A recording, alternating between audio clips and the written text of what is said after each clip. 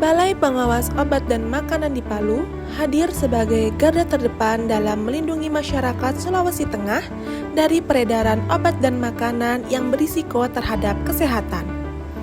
Dengan cakupan wilayah kerja yang meliputi Kota Palu, Kabupaten Donggala, Kabupaten Sigi, Kabupaten Poso, Kabupaten Morowali Utara, Kabupaten Morowali, Kabupaten Parigi Mutong, Kabupaten Buol, dan Kabupaten Toli-Toli.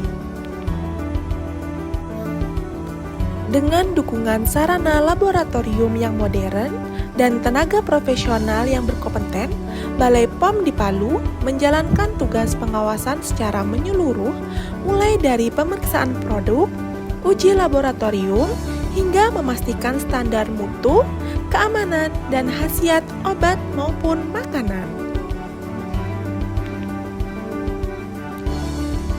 Tidak hanya melakukan pengawasan, Balai POM di Palu juga aktif melakukan edukasi dan pemberdayaan masyarakat melalui sosialisasi, penyuluhan, serta pendampingan kepada pelaku usaha. Balai POM di Palu mendorong terciptanya ekosistem pangan dan obat yang aman, bermutu, dan bermanfaat.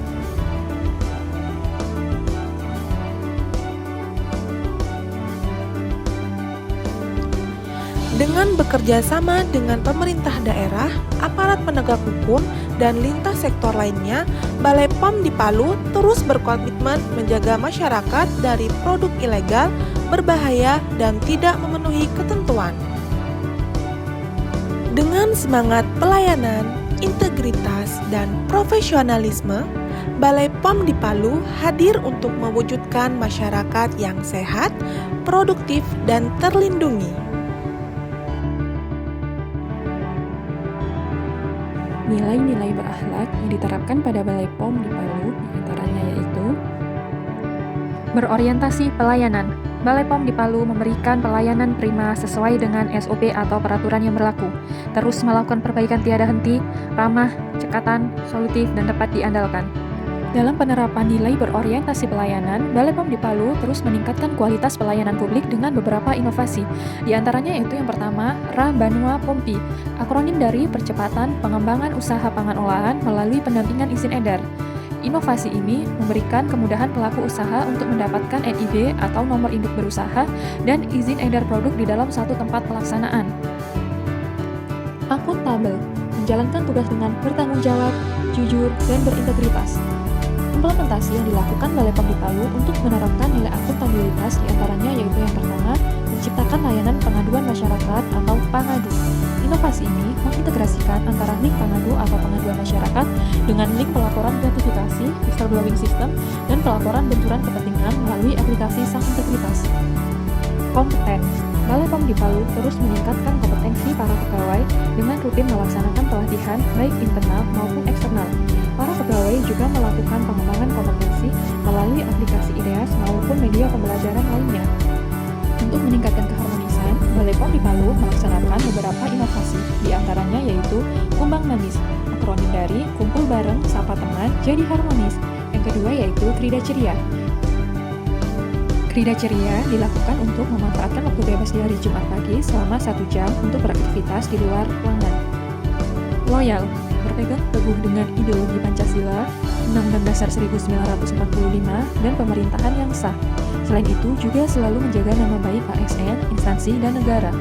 Balai POM di Palu berkomitmen untuk mematuhi kebijakan organisasi dan peraturan perundang-undangan yang berlaku. Adaptif, Balai POM di Palu terus berinovasi dan cepat menyesuaikan diri dalam menghadapi perubahan. Implementasi yang dilakukan yaitu digitalisasi layanan internal Balai POM di Palu melalui website Sang Integritas, akronim dari Integrasi Layanan Internal Berdigitalisasi.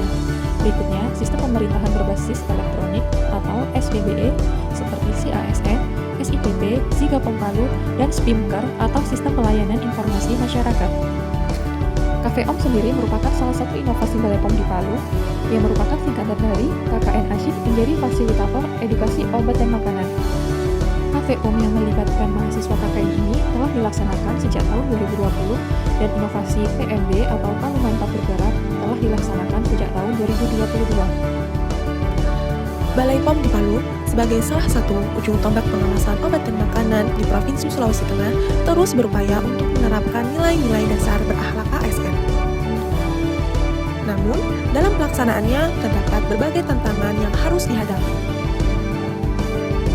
Tantangan pertama adalah luasnya cakupan wilayah kerja. Provinsi Sulawesi Tengah memiliki wilayah yang terdiri dari banyak kabupaten dan kota dengan kondisi geografis yang beragam. Untuk menghadirkan pelayanan publik yang prima, tentu dibutuhkan sumber daya yang memadai. Akan tetapi, jumlah aparatur Balai POM di Palu masih belum 100% terpenuhi, sehingga beban kerja yang ada seringkali tidak seimbang dengan kebutuhan pelayanan. Tantangan kedua adalah keterbatasan anggaran. Efisiensi anggaran yang dilakukan pada tahun sebelumnya sempat berdampak pada pengadaan sarana pendukung pelayanan seperti Regen Laboratorium. Akibatnya, fungsi pengujian tidak dapat berjalan maksimal, sehingga target kinerja pelayanan publik pun terhambat. Namun saat ini, anggaran untuk pengadaan kebutuhan laboratorium telah dibuka kembali sehingga pelayanan kepada masyarakat dapat kembali berjalan optimal. Tantangan ketiga adalah kondisi infrastruktur. Di beberapa jalur lintas kota dan kabupaten masih ditemukan jalan yang rusak, berlubang, serta minim penerangan. Kondisi ini menjadi hambatan tersendiri ketika Balai POM akan melakukan fungsi pemeriksaan di lapangan maupun kegiatan komunikasi, informasi, dan edukasi ke daerah-daerah yang ada di luar kota Palu. Untuk menjawab tantangan-tantangan tersebut, Balai POM di Palu telah menyusun sejumlah strategi. Pertama, pada aspek sumber daya manusia, dilakukan optimalisasi pegawai yang ada melalui pengembangan kompetensi, pelatihan berkelanjutan, dan penugasan multiperan. Selain itu, usulan pemenuhan formasi ASN juga terus diajukan melalui mekanisme perencanaan kebutuhan berbasis analisis beban kerja sesuai regulasi manajemen ASN.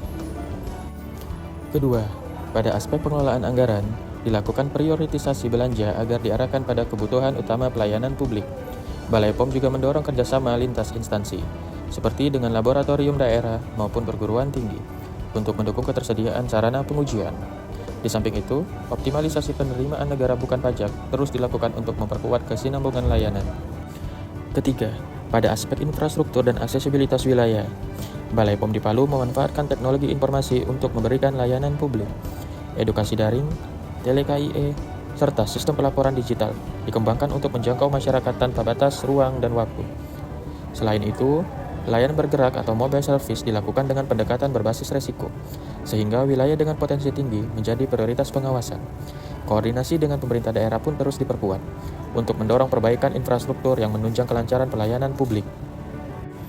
Melalui strategi-strategi tersebut, Balai POM di Palu berkomitmen untuk tetap menghadirkan pelayanan yang transparan, cepat, dan berkualitas. Semua langkah ini selaras dengan amanat Undang-Undang Nomor 25 Tahun 2009 tentang pelayanan publik, serta nilai dasar ASN, yaitu berakhlak. Dengan semangat berorientasi pelayanan, Balai POM di Palu akan terus berusaha memberikan yang terbaik bagi masyarakat, demi terwujudnya perlindungan dan peningkatan kesehatan masyarakat di Sulawesi Tengah. Pembelajaran penting yang dapat diambil dari penerapan nilai berakhlak di Balai POM Palu adalah bahwa nilai organisasi akan lebih bermakna bila diterapkan dalam bentuk aksi nyata. Hal ini tercermin dari berbagai inovasi pelayanan publik yang diciptakan. Meskipun Balai POM di Palu menghadapi keterbatasan sumber daya manusia, anggaran, dan kondisi geografis yang menantang. Dengan semangat adaptif, tantangan tersebut justru mendorong munculnya berbagai solusi kreatif. Selain itu, kolaborasi lintas sektor terbukti menjadi faktor penting dalam memperluas jangkauan layanan dan meningkatkan efektivitas program. Di sisi lain, budaya kerja yang harmonis dan kondusif di internal organisasi memberikan energi positif untuk memberikan pelayanan prima kepada masyarakat. Transparansi dan akuntabilitas yang terus dikembangkan, misalnya melalui layanan pengaduan terintegrasi, juga memperkuat kepercayaan publik terhadap instansi. Pembelajaran penting lainnya adalah bahwa kompetensi pegawai harus selalu diperbarui melalui pelatihan berkelanjutan, karena sumber daya manusia yang unggul merupakan fondasi keberhasilan dalam mewujudkan pelayanan publik yang sesuai dengan nilai berakhlak.